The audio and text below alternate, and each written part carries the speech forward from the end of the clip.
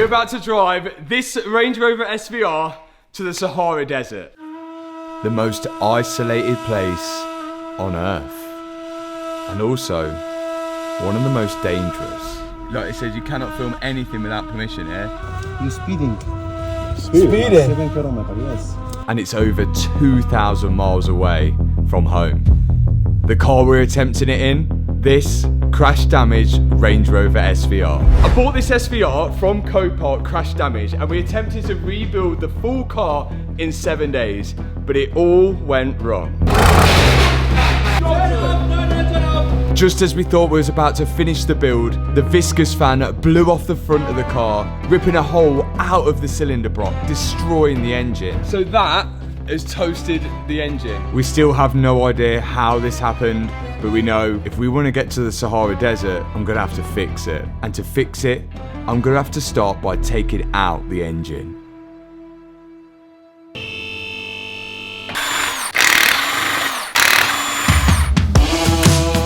Now, if I said taking this engine out was going to be easier, then I'd be lying. It seems like Land Rover like to use loads of different size nuts and bolts to hold everything in, unlike a lot of the German cars that I work on. But despite that, my plan is to drop the engine with the subframe and the gearbox attached to it. To do so, I'm hanging up the brake calipers so they can stay with the car so I don't have to bleed them afterwards. But I do have to take the exhaust off so I can access the prop shaft, which goes from the back of the gearbox to the rear differential. After that, it's just a case of disconnecting everything that's running from the engine to the car. And once I've done that, I can start undoing the bolts, which hold the gearbox mount to the chassis. Now the engine is just held in with a few subframe bolts, so I can lower the car down and start taking off everything at the top of the car, like the aircon lines and the fuel lines, which go from the fuel tank at the back of the car to the engine at the front, and then the engine ECU. After that, I can lower the car back down, and I've got the axle stands ready, so when I take out these subframe bolts, the subframe should just rest on the axle stands. And once I'm 100% confident I've disconnected everything, we can lift the car up, and the engine and gearbox should stay where it is. Then I've just got to remove the radiator from the front of the engine. Thank God. And with that removed, we should be able to get a better look at the damage. And there it is. The hole that has caused all of this. This is the cylinder block. It's not a timing cover. This is the timing cover that can be removed. That's the cylinder block. We have two options. One option was to re-weld the bracket back onto the cylinder block. Would you trust it? I don't know. It's always going to be in my mind, and especially when we're about to attempt a crazy journey into the Sahara Desert, I don't want that on my mind. And our other option was to just send it and buy a second-hand engine. And that's what we're doing. We got the engine.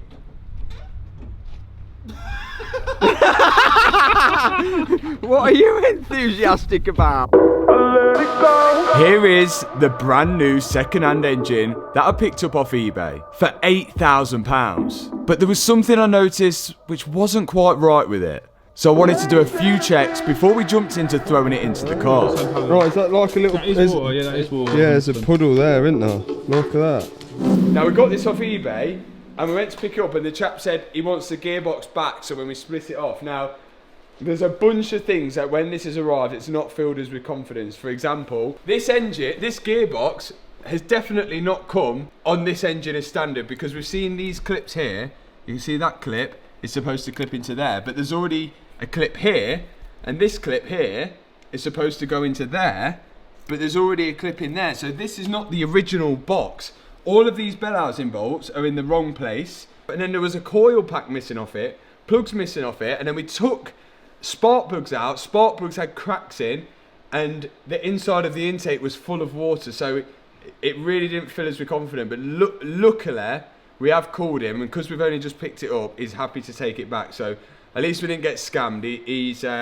He's apologised because he didn't know himself. So this one goes back. We're going to get another one for cheaper, which has done a little bit more miles. So my dad's going to pick that one up, and hopefully that one looks a bit better. Let's wait for him to arrive. a near miss there. That could have been a complete disaster. But whilst we wait for my dad to take that engine back and go and collect another engine off eBay, I'm working away at getting the gearbox off my engine.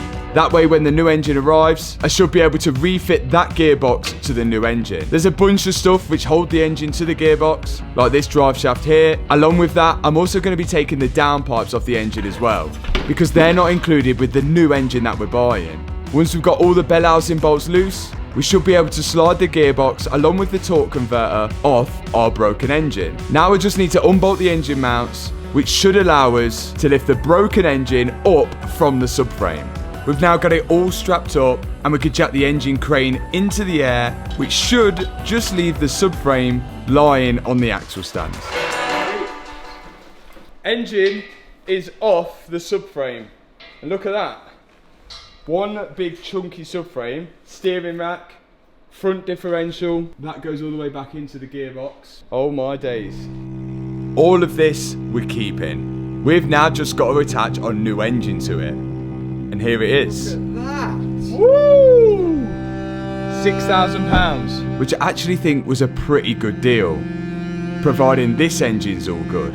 But it does look a lot better than the last one. This thing is going to go through a lot of stress, driving in the heat of the Sahara Desert.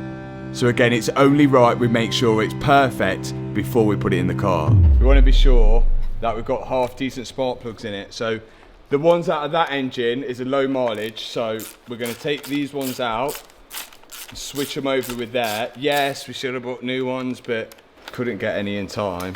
And those ones will be good, I'm sure. Usually, you replace your spark plugs around 60,000 miles, and the ones in our engine have only done 27,000 miles. So I can't see any harm in swapping them out of our engine and putting them in our new engine. Just saves that extra bit of cash, especially as there's 8 spark plugs, one for each cylinder. And as we removed all the ones out of our new engine, they don't even seem that bad. Our plugs are going in. They're like new. I've never bought a second-hand engine off eBay, and I can understand it's quite a risk, because really you're just trusting the seller. But as this one's come from a genuine breaker's yard, and he gave us the VIN number of the car that it's come off, everything seems all legit. He also mentioned to us that it did come with 30-day warranty as well, just for that extra peace of mind. And with those spark plugs in, we've lowered the new engine onto our old subframe, and now it's time for the gearbox. Next up, this gigantic gearbox transfer box half shaft, which goes to the front differential, and then the back of this goes to the rear differential. It's a big thing. I can see why the Queen liked these. She was a mechanic, do you know that? She actually was, but unfortunately, she didn't have a YouTube channel. But fortunately for you guys, I do. And if you've not subscribed to it already, this will be your perfect time. We're really thankful for it. And as we join our gearbox up to our brand new second-hand engine, all of us have got our fingers crossed that this is going to work. And now that the box is fitted to it, we can refit the radiator to the front of the engine, which sits on that subframe. And the good thing about this, we can connect up a lot of it before it's actually in the car. We're ready for action. The new power unit. And what do they call it in F1? The gearbox? Drivetrain. And the drivetrain is now on. This thing is pulling us to the Sahara Desert. We hope. We're going to lower the Range Rover down over the top of the engine, gearbox and subframe, and then slide in these bolts which hold the subframe to the car. And once a few bolts are in, we should be able to lift the car up with the engine attached to it and start refitting everything else. Another thing to bear in mind, we've still never actually driven this car, even with the old engine. So we have no idea whether this car had any other underlying issues. But I guess that's the risk you take when you're buying crash damaged cars. And now that the car's in the air, we can bolt up all the subframe bolts, the prop shaft, the front bars, the suspension, the brake calipers, and everything else that we detached just to get the engine out. With all of it done underneath, the car can come back down, and me and Liam can attach everything in the engine bay. The fuel lines, the air filters, the expansion tank for the coolant, and it even has fluid for the anti-roll bar. And last but not least, some engine oil. And we think that's just about enough to get this thing started. What's it time for? It's time to start it. You excited? Do you think it's going to go? Oh, do you think it's not going to go? I hope it goes, but I can't I honestly don't know with this car. I think we've done everything. We've done everything we could have done. When it gets to this time of night, things get missed. Fuel lines connected. 1, 2. Starter motor line. Yep, so you did I did that. And the ground cable. Did that. Dad did ground cable for the gearbox. He did that. ECU. We did that. Oil. We've done that. Oil filter. We've done that. Spark plugs and all the plugs on the spark plug. Yeah, I think we just haven't put coolant in yet. Just no coolant in. We need to be putting coolant in when we're happy that it starts up. Yeah? Are we ready? The last thing we need to connect is the battery. And then we're all ready to go. Anything could happen now. Absolutely anything. Range Rover SVR, please start. Ignition on. Coolant level low. We've just spent all day putting this engine in. Are we going to do it? And the whole other day I'm ready. of taking the old one out. Are you ready? This has got to work. I really, really hope this starts.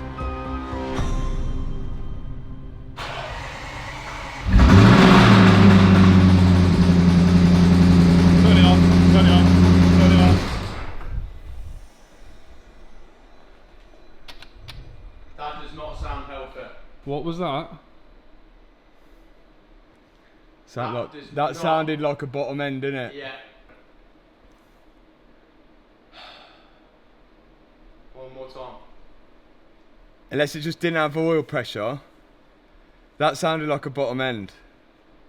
That we did have that problem with the other one though, when it didn't have enough power. It was running horrible. No, but that was really bad. Let's hear it again so we know what it is. That was really bad. Okay, one more time.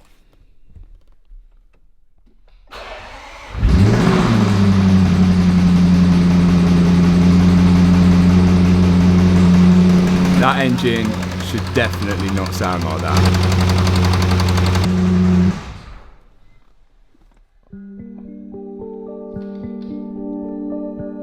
Oh my god. Oh my god, that's 2 engines. That's 2 engines. The first one was soaking. 3 engines because yours blew up. Oh my god. It's not even funny, but it's funny. This is such a classic, like, us. Like, it's 1 o'clock in the morning, we've started the car, and the bottom end's gone. Look at That engine noise sounds exactly like a bottom end bearing going. These bearings sit on the bottom of the conrod and go around the crankshaft and allow the piston to go up and down smoothly, and an oil gallery in the crankshaft keeps it all lubricated. But these bearings run such tight tolerances, and if any of them become worn, you'll get a knocking sound like this. The conrod having play on the crankshaft, which basically causes engine failure. And one this noisy definitely requires a full engine rebuild. I can't believe it! I can't believe that! There's no way! Does not a good SVR engine exist? No, I don't think there is. That's why they're all wrote off. The bottom end's gone on this engine. It's gone. We paid £6,000 and drove to Bristol for this engine, and the bottom end is gone. This is not looking good. When are we leaving for the Sahara Desert? A week? Next week!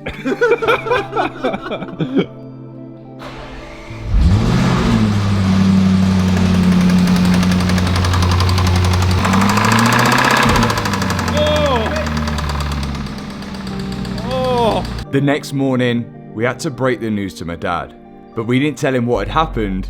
We just let him start the car up and let him figure it out himself.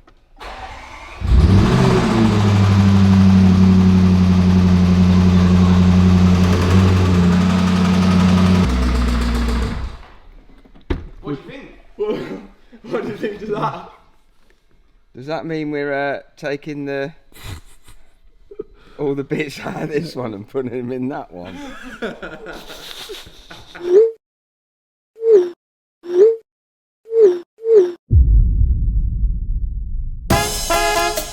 The car might have been running before, but he didn't mention that there was a tap dancer inside the engine. And with this engine being no good, we had to resort to our plan A. fixing the original engine. But there's only one guy we knew that was capable of doing this. Bob at the machine shop. To fix the hole in that engine block, it's going to need some specialist welding, and that's exactly what Bob's known for. And in the meantime, my dad's removing the broken engine from the Range Rover again. We're rebuilding this part that snapped off the engine. How we're going to do that, we keep melting down this rod and shoving it on there with the TIG welder. As you can see, we're building open layers, little bit by little bit by little bit. We're only putting on about a millimeter or two at a time. We take one of the rods, we melt the surface with the TIG torch, and then we dip the rod into the surface. And back at the unit, my dad's detaching the gearbox from the broken engine, in hopes that when Bob's finished fixing our engine, we can connect it back to that one. Now, because Bob's welding cast aluminium, it requires some TIG welding, which takes a lot of skill. But Bob actually teaches this, and you can book in for lessons at the machine shop to learn it. I definitely need to get in on some. Yeah. Once he's filled the hole up in the engine with weld, he's now got to make sure that it's flat and perfect for the bracket to sit onto. And with a bit of machine work, it seems he's doing pretty well. We're going to offer this up now to try and find the hole. So we bolt through there, and then we can use this hole here to pick up where we should be on this pad. Oh, I love that. That's very good. Next thing we do, get a drill bit that fits perfectly in that hole. And he's got to drill out a hole in his weld that he's just put on so we can insert a bolt which holds the bracket onto the engine. Not only has he got to drill a hole, he's got to tap a thread in it as well. Last job we're going to do is put a helicoil in. It's a replacement thread. So instead of bolting into the aluminium, you bolt into the steel piece. It does this because the steel is much stronger than the aluminium. And then there's way less risk of the thread stripping out of the engine again. Clever move by Bob, but I never doubted him. Nice and snug now. And look at that. We're hoping that this is stronger and better than OEM. But there's only one way to find out whether this has worked. So here it is, our original engine, which exploded itself. But hopefully, Bob has solved it. Our fate is in Bob's hands right now. He's welded up, like now, and made it nice and flush where that should be. That isn't even welded on the old part. That's a whole new piece that he's actually welded together. So this hopefully should be good. But the thing is with engine stuff, you never know until we get it in and start the thing up. So our job now is to build this engine all back up, get that engine off the gearbox, put this in, and just hope for the best. But massive, massive thanks to Bob for doing this. Let's hope this works. Come on. Before the original engine goes back into the car, I've got to make sure I put all the ancillaries back on it, like the water pump and all the belts and pulleys. Then I can lift the engine up, refit it back onto the subframe and connect it back up to the gearbox. We're becoming a master at doing this because we've done it so many times already. It meets again. The original engine with the original subframe and the original gearbox. Now, I know you guys don't want to watch me refit a Range Rover engine once more.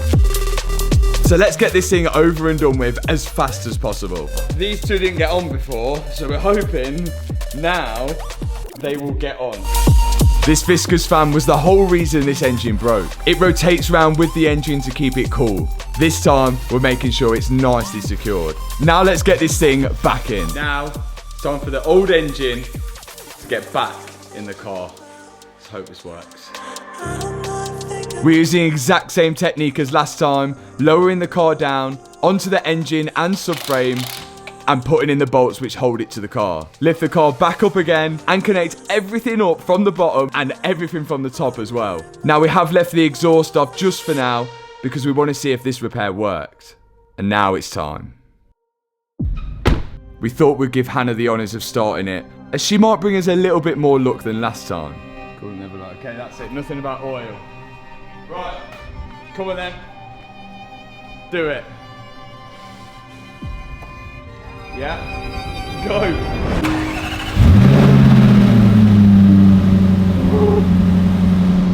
That sounds well smooth.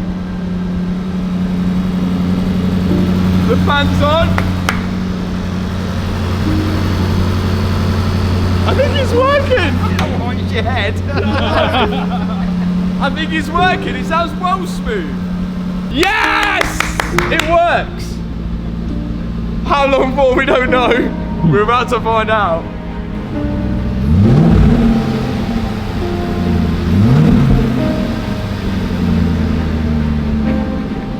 sounds alright. Yeah. Why did you stand back? I think it sounds okay. We haven't even drove this car yet. We've got to drive it across the desert. We need to put everything all back together now. There's under trays to go on, there's bumpers to go in, fluids to go in, coolant to go in. That sounds dead smooth. Bob? It was fixed. Now let's finish off everything that we couldn't finish off when we originally bought the car. The coolant's in, the exhaust is going on. The carbon mirror cap was missing from the accident, so I managed to find one on eBay and we can refit that. It's coming together now. We're going to change the sunroof whilst there's aircon being put in it, because we're going to need the aircon for the desert for sure. When we picked up the car, there was damage to the roof and the pan roof was smashed at the back. Screensaver already come and removed that part of the roof. We had to clean it up and then they could apply the adhesive to fit a new one. I managed to find a new one off eBay for around £200, but after refitting the rear glass, we noticed that the actual sunroof was bent from whatever hit into it in the accident. You can see the slight bend in it here. Luckily for us, the sunroof just unbolts. Once you lift it up into this position, you can access all 4 bolts to lift the roof out of place. And once we've got that out, we should be able to just refit in a second-hand one. Look at that. New tinted sunroof so nobody can see through it when they're in their aircraft.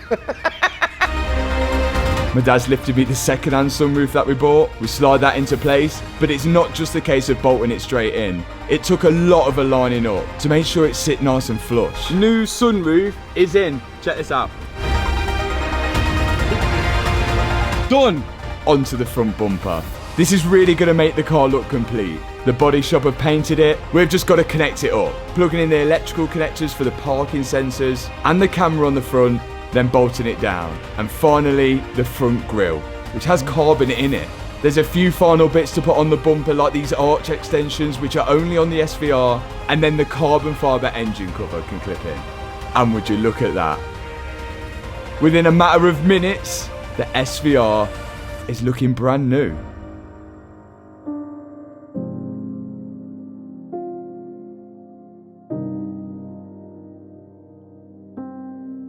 Look at it! It actually looks really, really good. Better than I expected. The blue is next level. The carbon is next level. This is the spec SVR. If you ever wanted one, this is the spec that you wanted. It's been a journey to get to this point right now, and it's got its own personality already, but I feel like the journey's only just began, because it's about to, we ain't even started the journey really, and we've got one more place we need to visit before we get on the road to the Sahara Desert. Oh my days. Okay, let's get this out of here.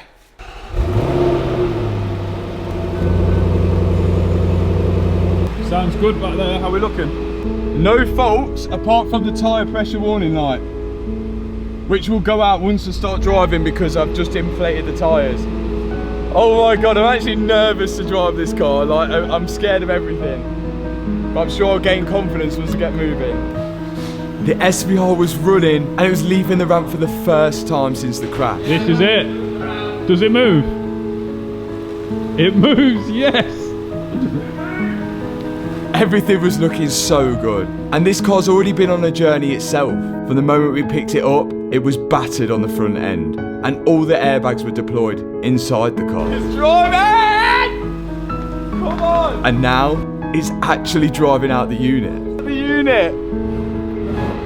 This is where the journey starts. Yeah, I think I don't know what, I've never drove this yet, so we don't know what, we literally just committed to going straight to the Sahara Desert. We haven't even tested this out. Done no miles. One more place to go. I've got a feeling I'm really gonna like this car.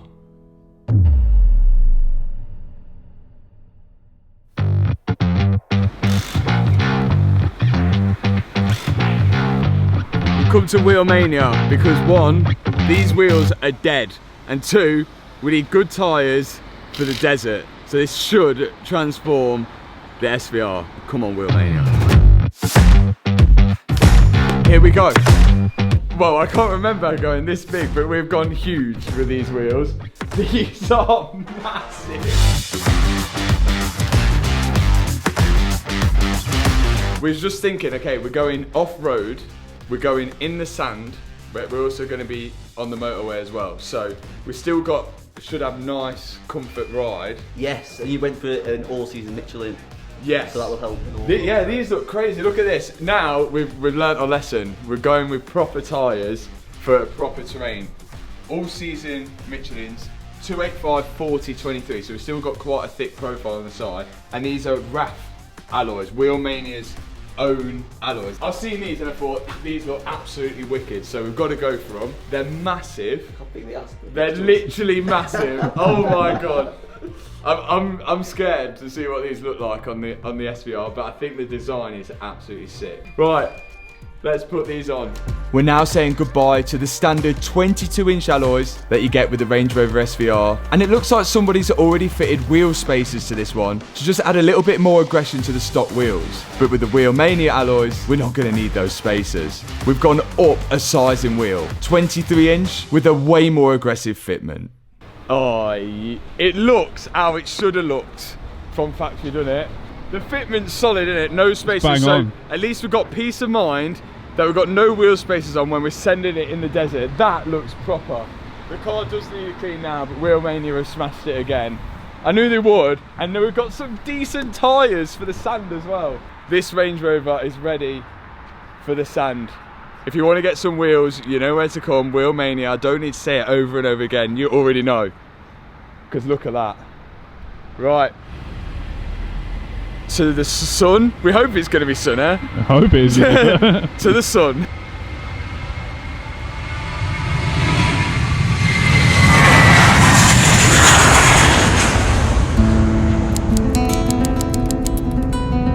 We were landing in Almeria, in Spain.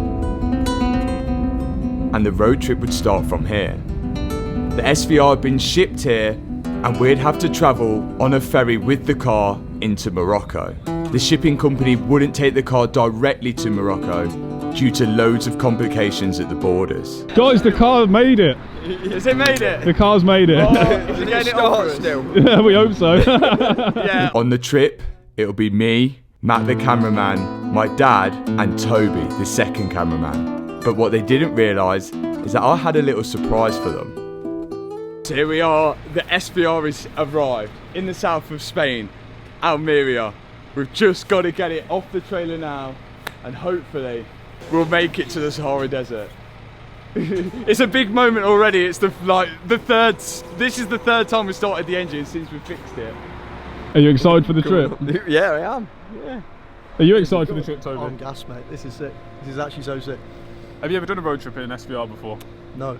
No. Especially one with a welded engine. Big moment. It started. This is it then. The Range Rover SVR being unloaded and touched down in Spain. First test. And she's off. And Matt's sweating already. This one's mine. Well, Is that it? that'll do. Are we going? Yeah, let me just get my bag, yeah. We're going. We're going. Yeah, we'll, right. we'll be off. We're in this. Yeah, yeah. We'll, You're in that. That's your twos. That's what? in there is Lee the Land Rover. Land Rover. That's You're in Lee. The Oh, Land we're in Rover. that. You're in Lee. That's Lee's the Land Rover. I bought him just before this trip, and you guys are in that. It's a 2000 Land Rover Defender 90, 150 horsepower. It's straight parked. It's got a remat, and you two are gonna get on like a house on fire in there. It's amazing. Say hello to Lee, the Land Rover. My dad and Toby's choice of transport. Well, it was more my choice, and they have to deal with it.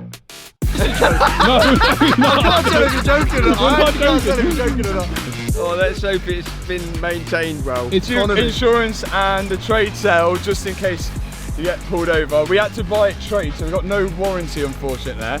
It's done 86,000 miles. But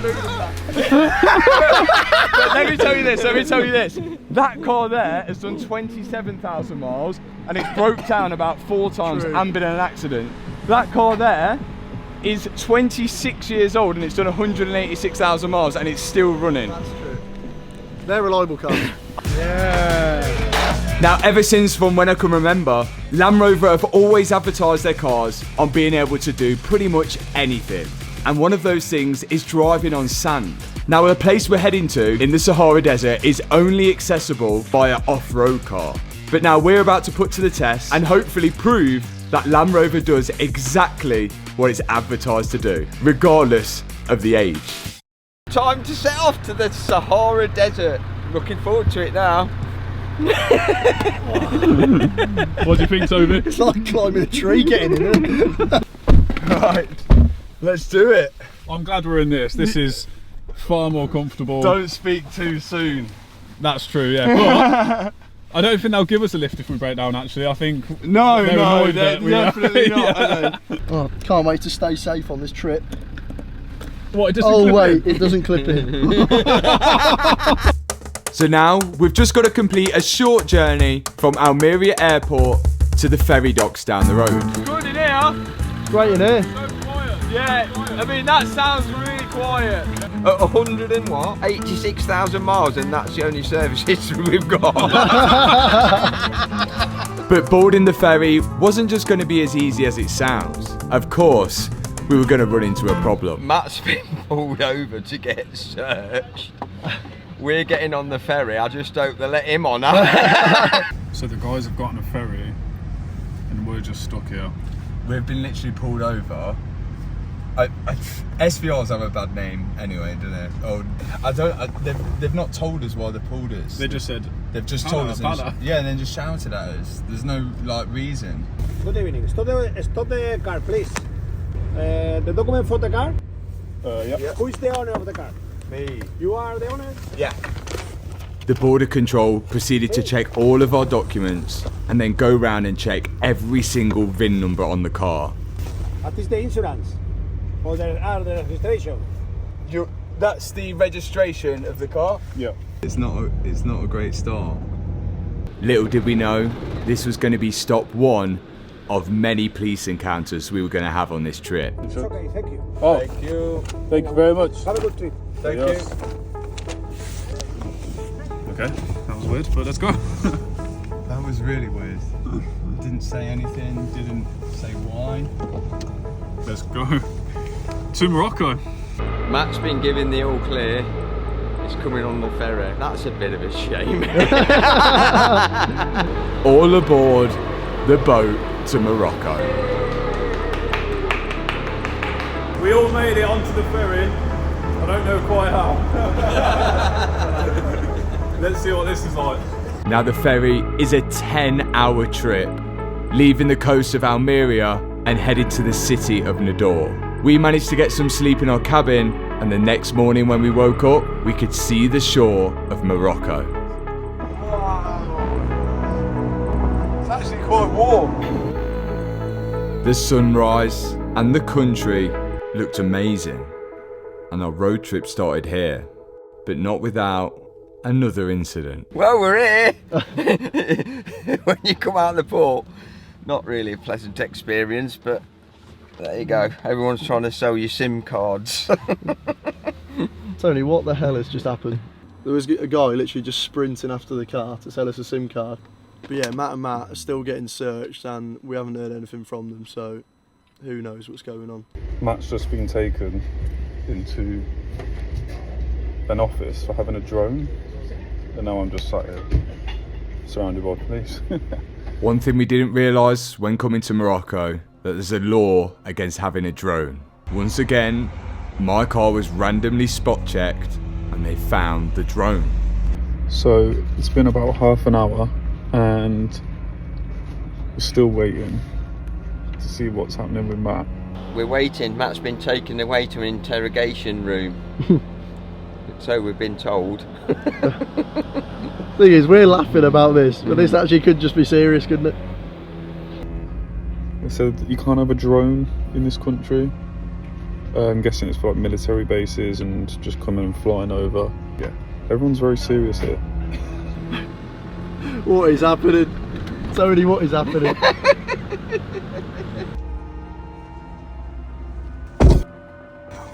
Drones left the chat. That was intense. That was just terrible. Just had the latest.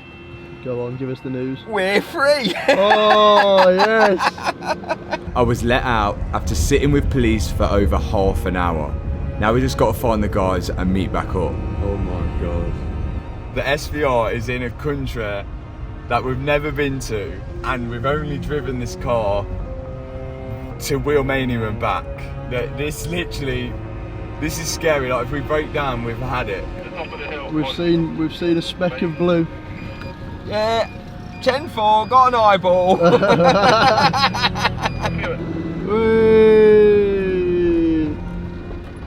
I was there for so long. So drones got taken. That you were saying, what am I filming? Why am I here filming? What am I doing? Blah blah blah. So I explained, and he said you cannot film. Like he says, you cannot film anything without permission here. When we're filming, we've just got to make sure we're like just keeping it discreet.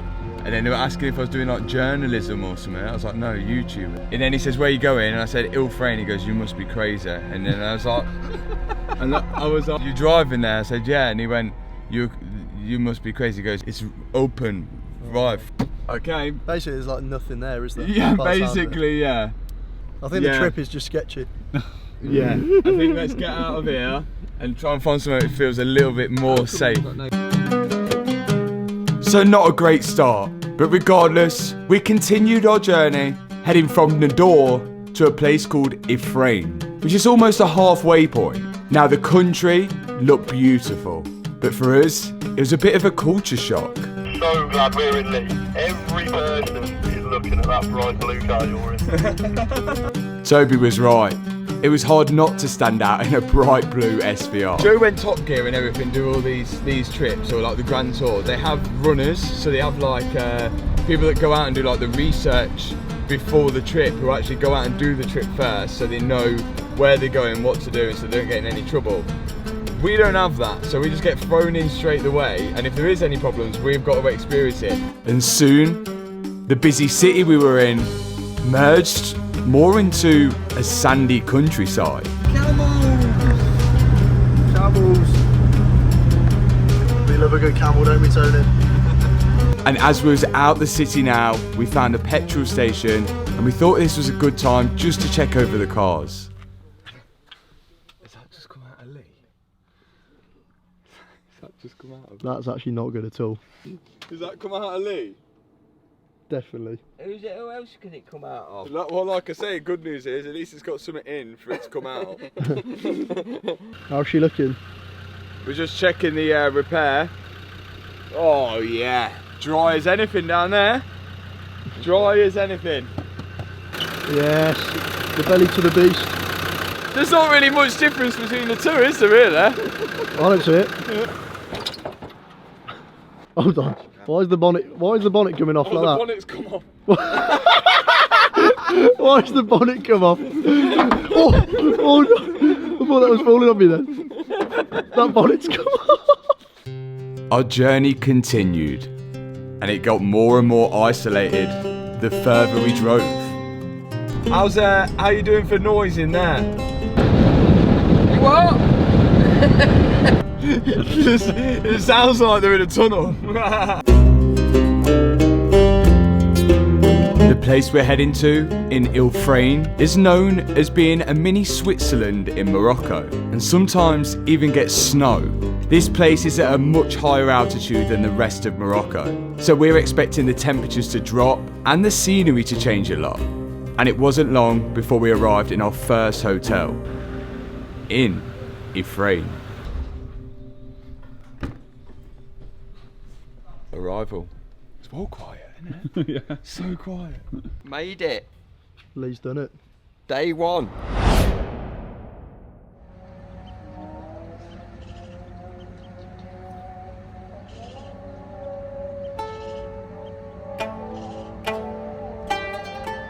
Being woken up to prayer was kind of peaceful. But we were quick to get back on the road, as we had a big drive ahead into the Sahara Desert.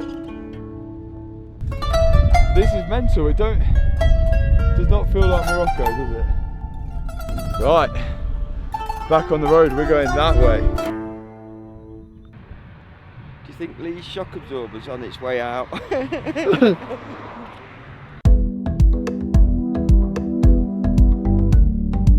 The scenery continued to amaze us, but this was the day where we really started to experience Morocco.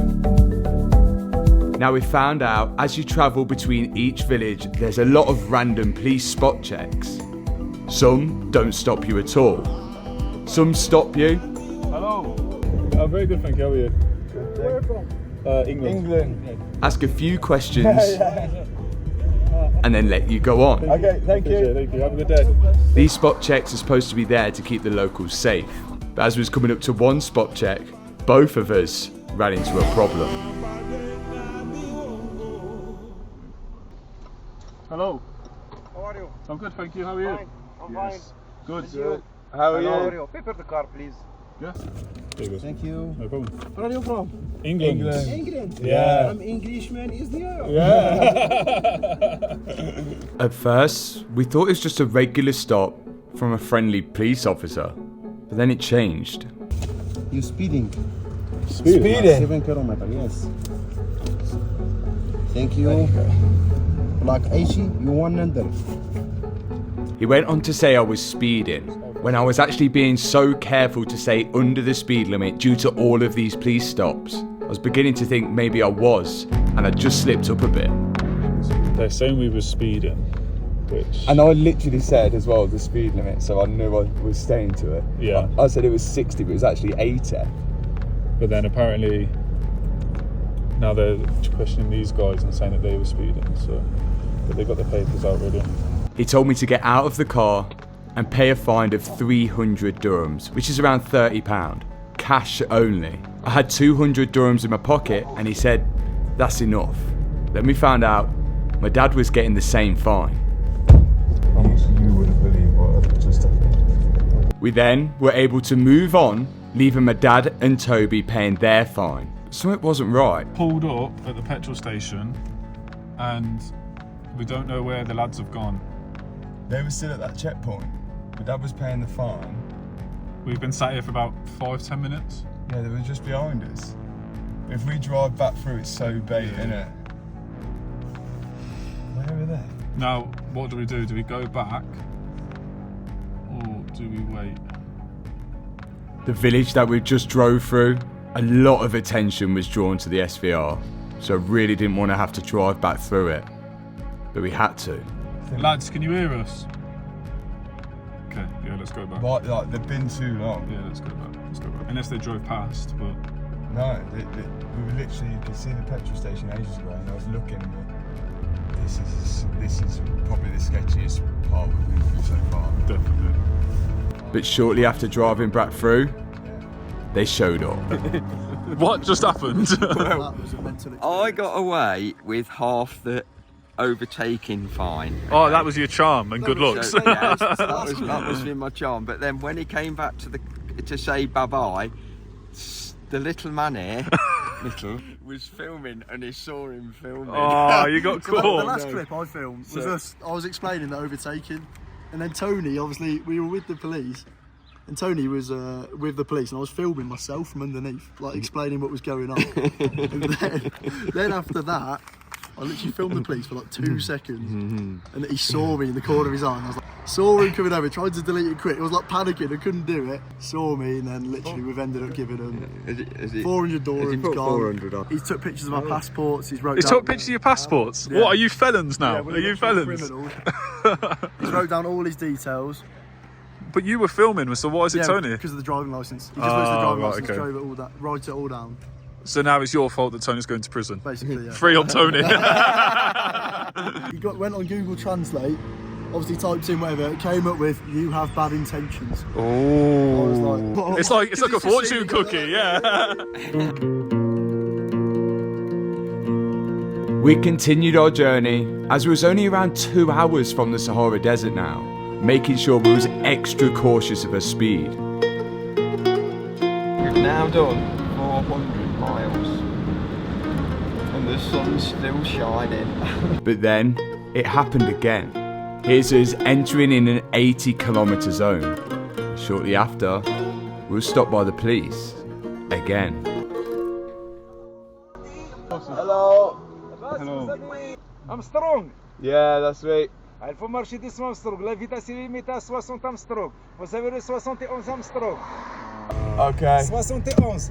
How many? 150 dirhams. 150. 150, 150. oui. Driver license? Driving license 12. Infraction de limit speed. Like 16 and 16. Now, this officer was saying that we was doing 77 kilometres an hour in a 60 zone, but this time the fine was only 150 dirham, around £15.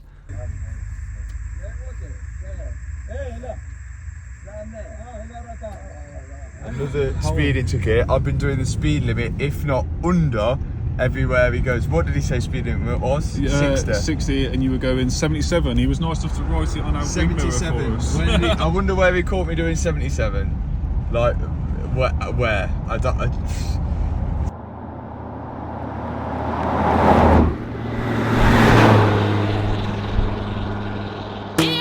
You win some and you lose some, but we kind of got what was going on here.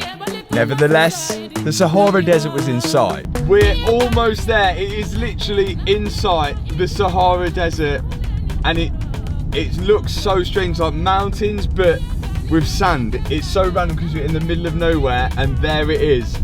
So imagine this road is going to turn less roady like when we get in there, and then we're going to try out sand mode and see how both cars get on. We are so far away from home though, so far. How surreal is that? And camels just chilling by the side of the road. I've never experienced anything like it. Let's do it. Look at this. Literally got the whole of the Sahara Desert in front of us. Oh my god. This is mad. You think Lee will go over there? What, up there you reckon? This is madness. We were just at the edge of the Sahara Desert here, and it was the first time both cars have been on the sand. So we thought this was the perfect opportunity to see if they do what they're designed to. We have made it just to the edge of the Sahara Desert now. This is the start of the test of these two cars. We've set a course out around the sand dunes here, and it's timed, but there's a twist. Our passengers will be carrying 2 open bottles of water, and the passenger with the least water at the end has 2 seconds added to their time. You're in the back of Lee, and Matt is in the back of the SVR. Let's start this test. Okay, remember this is 2 seconds. Drive smoothly, you. Here we go. 3, 2, 1, go! Yeah, good start, good start.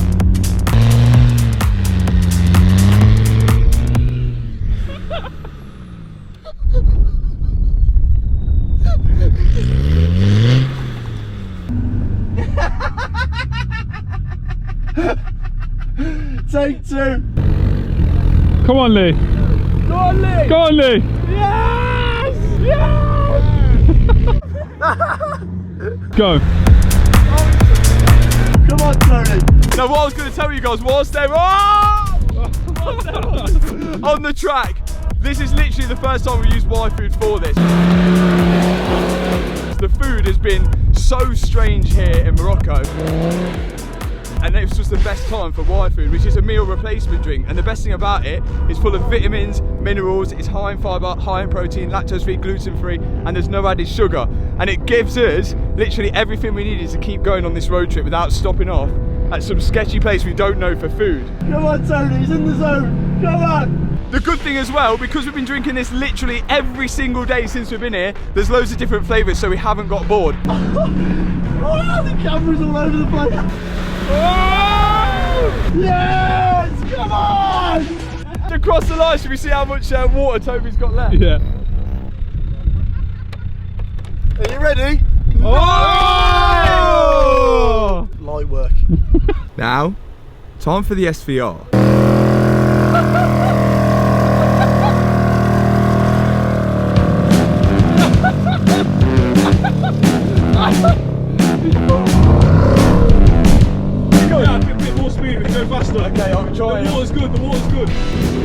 It was doing amazing.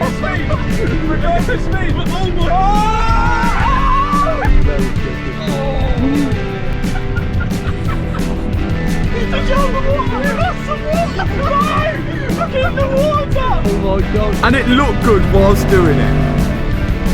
Oh, it's taking a wide line.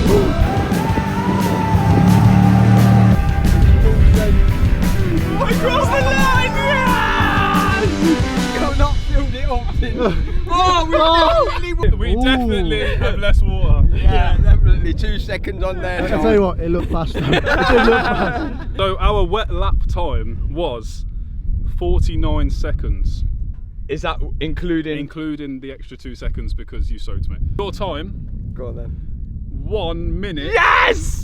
13 seconds. Oh my god, it's so slow! I told you. Now, if you want to grab a Y food, you can grab a taster pack with the link in the description box below to find your favourite flavour, whether it be happy banana, chocolate, coffee, whatever it may be. You can get that with the link in the description box below. And with the banner appearing underneath me right now, there'll be a discount code for the Y food as well. Let's head on into the desert. No, we'll try it first.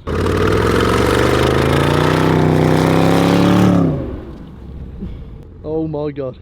It's always when you do it at the last part, innit? Yeah, You know, like we've literally. done everything and we're like, oh, let's go. Finish filming. Got my dad in the car, we just rolled down here and I accelerated and the back end just slid down here into the Never Never sand.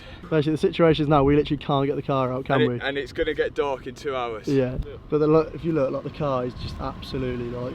It's just digging more and more, innit? And even Yeah. if we get out into that bit, it's going to be soft there, so we're going to have to keep flooring. The SVR was stuck. And we only had about 2 hours of daylight left. And we needed to get back on the road if we had any hope in making our destination. This is not good. In the end, some of the locals come out to try and help us get this SVR out. And thank God they did. Yes! Go, go, go! Yeah! Come on, guys! Yeah! Keep going, go down there! Good work. The SVR was out, but we still had a long journey ahead of us. And we were back on concrete, but not for long. What are we doing here? Surely it's not down there. Looks like it is. No way. Here we go. Our trip across the Sahara Desert starts now. We've had some practice, but this is when it gets serious. This is it. This is it. The true test of the Range Rover, the true test of our rebuild. We've made it all the way through Morocco. This is its time to shine. Come on. This is where it got a little off-roady. Oh my god! How are we going to get out of this? Oh my god! Lee went down to test this road first to see if we could actually get down it. And Lee managed it, but it was a dead end, so they had to come straight back out.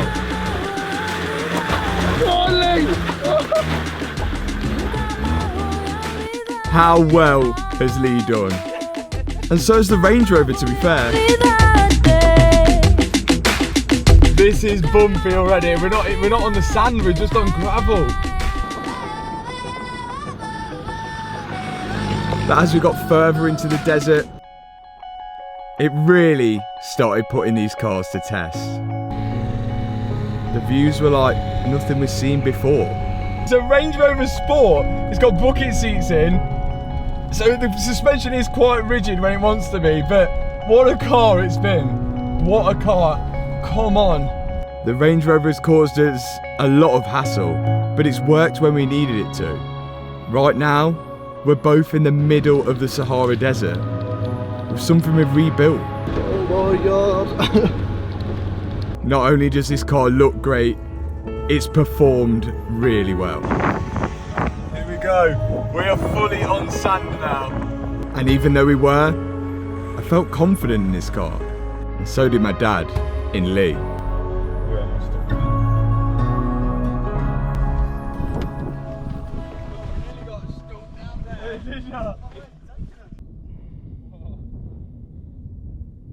That is where the camp is. What a journey it's been across Morocco, and now we're about to spend the night in the Sahara Desert. How crazy is that? In a car that we've just rebuilt. And Lee, the Land Rover, has made it as well, the underdog. Big up Lee. Big up Lee. Did you think he'd make it? Oh, lovely. Do you love him? Do you think he'd I make knew it? he'd make it. Really? Yeah, I did. It's an old 2000 Land Rover from my day. They advertised the Land Rovers and the Range Rovers to be able to do all of this. And do you know what? Fair play to them, because it did do all of it. And the repair held out. We did good. We changed the engine multiple times. We did a lot of work. And we used nearly enough every single mode. And it was worth it for that view. Both cars made it.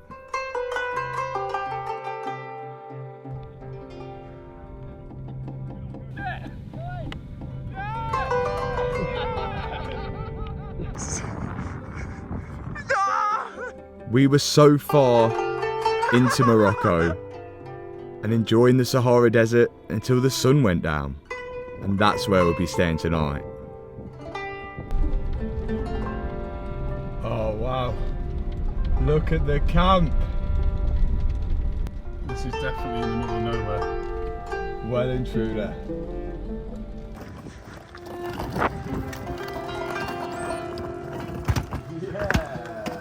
Yes, vibes. Thank you. And although Morocco has been stressful at times, what a beautiful country it turned out to be. And what an amazing journey both cars have been on. But one of them has to go.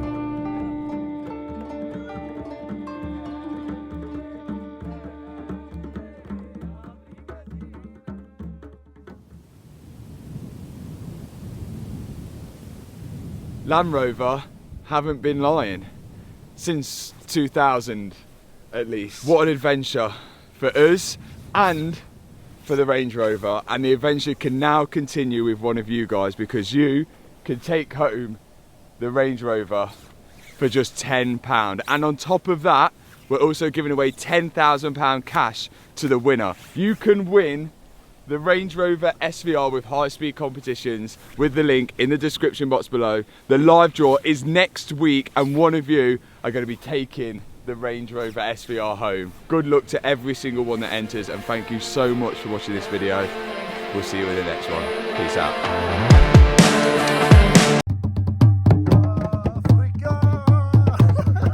Like a drug that I just can't deny.